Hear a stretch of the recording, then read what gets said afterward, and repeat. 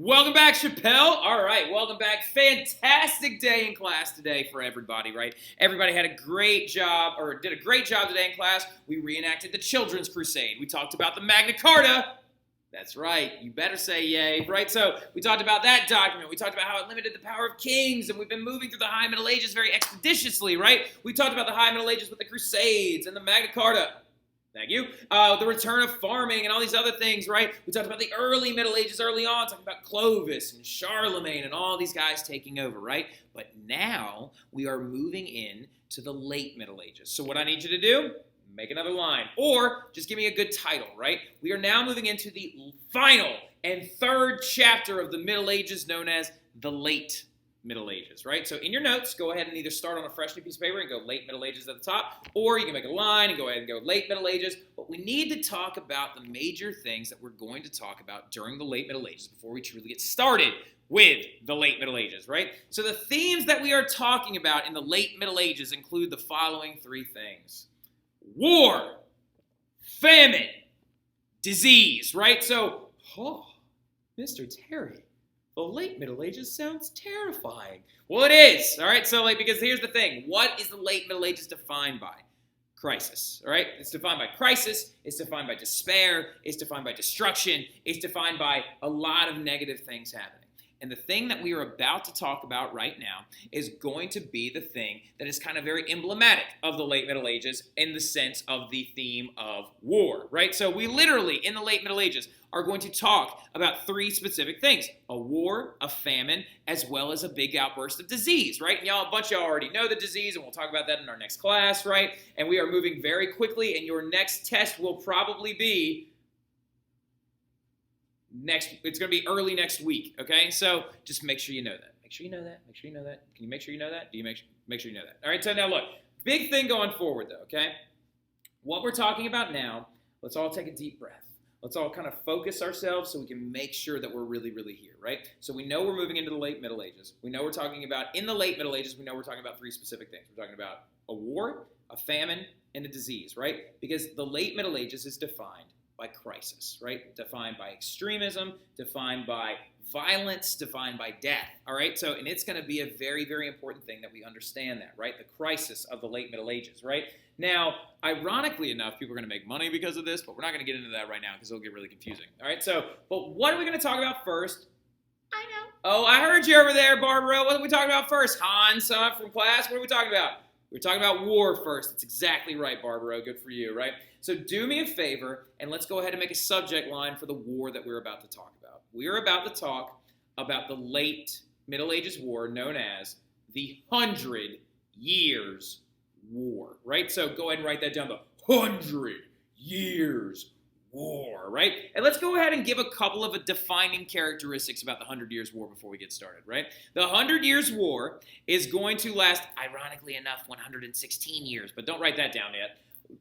Okay, so the 100 Years' War is going to be a massive war between France and England, okay?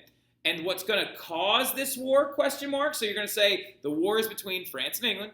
The cause of this war is political crisis, all right, and secession, Succession.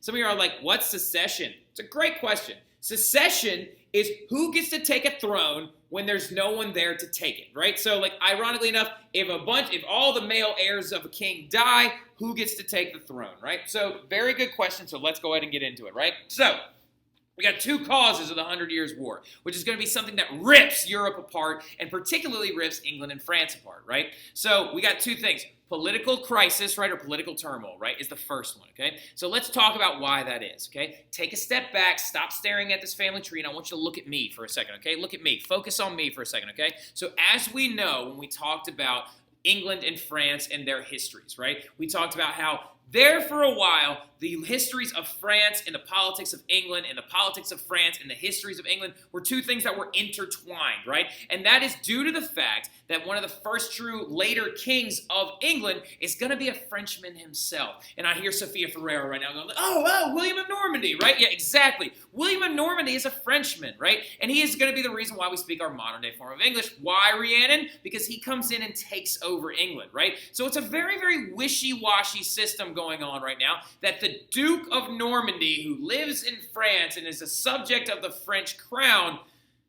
is also the King of England, right? So it's a very, very strange thing going on, and that's our political crisis, right? So obviously, as we can see, the politics of France and the politics of England are super mixed together, which is going to help lead to a very large war, right? Then we got another issue, second one, secession, right? So secession is going to be a massive issue, mainly due to the fact that who's going to take the throne when a King of France dies without any male heirs, right? So let's go ahead and talk about that, okay? So here's the secession crisis that occurs going into the 100 Years' War, okay? Look at this family tree really quick. Some of y'all have probably paused me and have already drawn this, right? And is that okay? It really is okay, all right? It's not going to hurt anything. It's not going to help you necessarily in the long run. Or, well, actually, it might help you in the long run. It won't hurt you if you didn't draw it, though, okay? But let's go ahead and talk about it because I don't want to take up too much of your time. So, the ruling family of France, the kings of France, were all a part of this dynasty known as the Capetian dynasty, right? And they exist on this half of this family tree over here. Those are the Capetians, C-A-P-E-T-I-A-N, the Capetian dynasty, right? So, every single time a king would be crowned in France, they were always a Capetian during the Middle Ages, right? Or during the High Middle Ages going into the Late Middle Ages, right? They were a Capetian, right? So you had Capetian kings like Philip III. You had Capetian kings like Philip IV and Louis X and Philip V and Charles IV and all these other people, right? Well, interestingly enough, along the way in the Capetian dynasty, one of the Capetian children, one of the Capetian daughters, gets married to a man by the name of Charles Valois, right? Which means that there is a relation of the Capetians to this other family in France known as the Valois family, right? So interestingly enough, now we're getting all mixed up. This is our secession crisis, right? It's like, well, what if one of the Capetians dies without a male heir? That's a great question, Jenny Nicholson. I agree. What does happen? Because that's what the issue is going to be, right? The big the big 100 Years' War kickoff is due to the fact that the Capetian men, the Capetian kings, died without a royal heir, right? And the last Capetian king was by the name of Charles IV, right? Charles IV was only ruling for 6 years, and he died at a very young age, right? And who was left to take the throne? No one. No sons. No one. Except there was this person over in England, and her name was Isabella of Aquitaine. She's like, hey, I'm his sister. Hey, because there was a woman, right? There's a woman actually related to the Capetians. Her name is Isabella, right? And she is the Queen of England. Wait a minute. All right, so now we've got an issue again, right? We got a political crisis issue right now because it's always been that the King of England is a subject of France. We don't want this being flipped the other way around. So Isabella says, no, my son should take over the throne of England, and his name is Edward III because he is going to become the King of England, right? And he should take over because he is related to Charles by blood. That is his direct uncle. But there's a family in France that's like, but hey, the Valois, we think we deserve the kingship of France because we are related to the former Charles by marriage, right? And also because we have a law on the books that says Edward can't inherit it. Write this down. There's a thing called Salic law, S-A-L-I-C law, that says on the books in France, Edward is not allowed to inherit the throne because it would have to come through a woman. Right? So, sexism. All right, you gotta love it when you see it, right? Really messed up. Now, anyway, what's gonna end up occurring, though, is the French royals and the French Valois family says, no, Edward III cannot inherit the throne of France because, one, we don't want him to because he's the King of England, and this is not how this works, France to England. It's the other way around. And also, because of Salic law, he would have to inherit the throne through his mom. So no. And so they installed this guy in charge instead, Philip VI of France, right? Who is a Valois. So we just saw the transition of dynasties, right? The Capetian dynasty dies. The Valois family rises up. V-A-L-O-I-S, right? Valois. And with this, though, Philip VI is going to be the first Valois ruler of France. And who is this infuriating? Edward III, right? Edward III of England, who becomes the King of England, is like, this is garbage. All right, so like this is garbage because I own land in France, right? So like, look, Philip VI takes the throne after the death of his cousin Charles, right? Charles IV dies, the Capetian dynasty dies with him, right? Isabella tries to say, my son should take over, Edward III of England, right? Blah, blah, blah, blah, blah. So Edward feels as though he should be able to take over, though, because he owns land in France, and England... Whoa, what the heck just happened there? And because England owns some royal lands within France, right? And it's this little region down here called Aquitaine, right? This region right here, known as Aquitaine, belonged to Edward and is considered a part of the English royal crown, right? This is really important. Edward is like, no, I should take over because I own land there and I'm not pledging allegiance to some dingus because I am actually the King of England. This is not how this works, right? But Philip says, oh yeah? You don't want to pledge allegiance to me and recognize me as the king of the lands that you own in France? Fine. I'll take them. And then Philip VI, the new Valois king, takes the land from England and France. And what occurs? A war, right? Edward assembles an army as like you thought. All right, so, and a huge war breaks out. And this war is massive, right? It spans huge periods of time, right? Over 100 years of war because two guys couldn't agree to be like, hey, I'll stay in England. You have France. Sound good? I think a rock, paper, scissors match could have settled this really, really easily, and then a bunch of people wouldn't have died, right? So now look, and as you can see, it had 4 distinct phases, right? Very, very intense moments. And we will reference back to this map here in a hot second, okay? But what ends up happening, you need to know that there are a lot of very important details about this war. One, it's actually going to last 116 years, right? A long, long time. 116 years, right, of war. Now, ironically enough, it wasn't 116 years of constant war. It couldn't. There's no way it could be, right? So there was actually a lot of peace between them, okay? There were only really 9 gigantic battles of this war and very long truces between them, right? But no truce ever fully settled anything, right? Because the thing about it is you're going to have a lot of these guys die, right? Like, so like check this out really, really quickly. Jot this down as like number 2 part A, right? So like just be like, oh yeah, there's a lot of peace and stuff. Actually lasts 116 years. I know Taylor Crescione knows this already because we've talked about it before. So the big thing about it is Edward III and Philip VI are going to die before this war ends, all right? Like, the literal life expectancy during the Middle Ages was, like, into your late 20s, right? So there's no way they're going to see the end of this war, so they die. And so their sons end up continuing the war and continue fighting. One of the sons of Edward becomes Edward the Black Prince, and he's known as Edward the Black Prince because he would wear black armor whenever he went into battle, right? So very, very intense, right? Very intense figure. And he takes over a huge swath of land in France. Right? Because looking at this map, he ends up pushing all of this right in there, following this big thing called the Battle of Poitiers, right? So, and Edward the Black Prince takes over a huge amount of land, right? So look, this is a very, very big moment for us to understand, is there's big chunks of peace and there's truces all between this war, because a lot of these leaders just continuously die. At one point, Henry V, who becomes the King of England, actually takes over so much of France that they declare him both the King of France and the King of England. So this thing got really, really wishy-washy, right? I could teach an entire course about the 100 Years' War if I felt like it, right?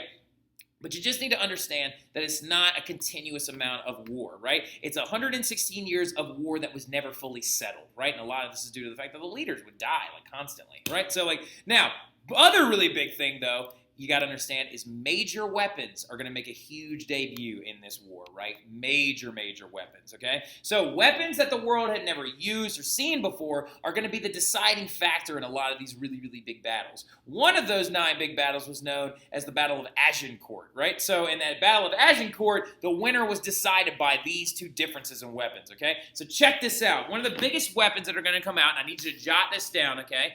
English longbowmen, all right, English longbowmen, that is this guy right here, versus French crossbowmen, all right? So you got to understand that Edward the Black Prince, very, very smart cat, right? The son of Edward III, the guy who continues the war following the death of his father, right, is going to continue, like, fighting, and he invests in a massive big new piece of his army known as longbowmen, right? So these guys are usually Welsh, right? Usually from a region of England known as Wales, okay? And English longbowmen were a deciding factor in many of these battles, particularly at the Battle of Agincourt, right? So English longbowmen were very, very skilled, and they used a simpler form of a bow and arrow to inflict absolute havoc on French soldiers, right? And a lot of this has to do with the fact that you wouldn't think that this dinky bow and arrow, this simpler looking bow and arrow, would have made such a big difference. But here's the kicker. English longbowmen could fire an arrow 3 times as far with twice the amount of accuracy that a French crossbowman could fire with. And some of you are like, whoa, back up, Mr. Terry, back it up. You're telling me that this longbow right here can go further, farther, faster, and more accurate than something like a crossbow, which seems technologically more advanced that the French were using for a really long period of time? Yeah, actually they are. And a lot of it has to do with the way that the crossbow is constructed, right? If you lose the reloading mechanism, it is now a glorified paperweight, right? First of all. Second of all, that the French crossbow fires really short arrows, not even called arrows, they're called bolts, right? And they aren't very accurate, right? They're for close combat. So what did Edward the Black Prince do? He enlisted armies that were made up of 70% archers, right? And they would literally just go, archers! Aim! And like legions of them would just aim it up into the air and they go, whoo! And just let them go. And you're talking about, like you're talking about getting lit up by arrows from over like several hundred yards away, right? So at the Battle of Agincourt, some of you are like, what is the big deal about this Battle of Agincourt? The French crossbowmen, as well as the French regular infantry, outnumbered the English troops almost 3-1, right? And they stormed over this thing because they were like, the best way to beat an archer? Get in his face, right? Like, so how do you counteract a longbowman? By storming over the field, getting there as fast as possible, and fighting an archer mano-a-mano, right? Pull out the sword, cancels out the bow. Problem was, though, that when the Frenchmen went to actually charge the field at the Battle of Agincourt, it had rained heavily the night before, and there was just mud everywhere. And so they got stuck in the mud, and the English longbowmen were like,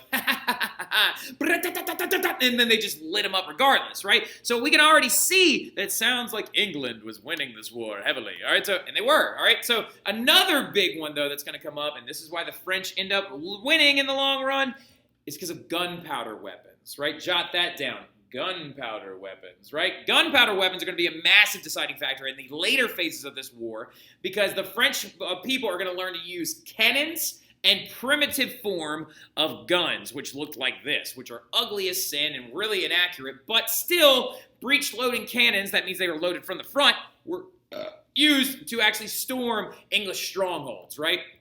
And where did they learn how to use these from? The Chinese, because the Chinese had originally come up with gunpowder, and now this product has now successfully made its way all the way to Europe, right? So now look, big thing though, gunpowder weapons, the longbowmen versus the crossbowmen are very, very important things. And because of these longbowmen, England was crushing France in the early part of this war, murdering them. It was so bad. Like, in the first 2 phases of this war, the French are just like, sacre bleu, and they're just getting lit up. It's so bad. And also, something else you need to understand is the alliances were very messy. All right, so now what I need you to write down is this, okay?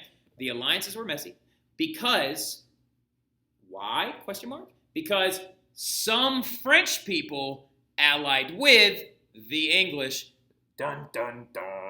All right, and the place that that allied with the English was this region over here, right? This place called the Duchy of Burgundy. All right, so this is really important that we understand, okay? The Burgundians in the later phases of the war united with the English, right? And this is because the Burgundians were like, oh, we want to get rid of the Valois and we want to install our own leader on the throne. And also, we make a lot of money off the English, so let's just fight our own people. So in this war, you had French people fighting against other French people because they saw a chance to make a lot of money. And those people were known as the Burgundians, right? The Burgundians were French people fighting against the French royals so they could install their own king and make money off the English, right? So very messy. Very screwed up, the Burgundians. Never forget the Burgundians, all right? So now look, big thing about it though also, war is going to break out in 1337 because of the disagreement of who's going to be in charge. You're going to have the death and the rise of all these different kings. You had one king named Charles, I think it's Charles VI,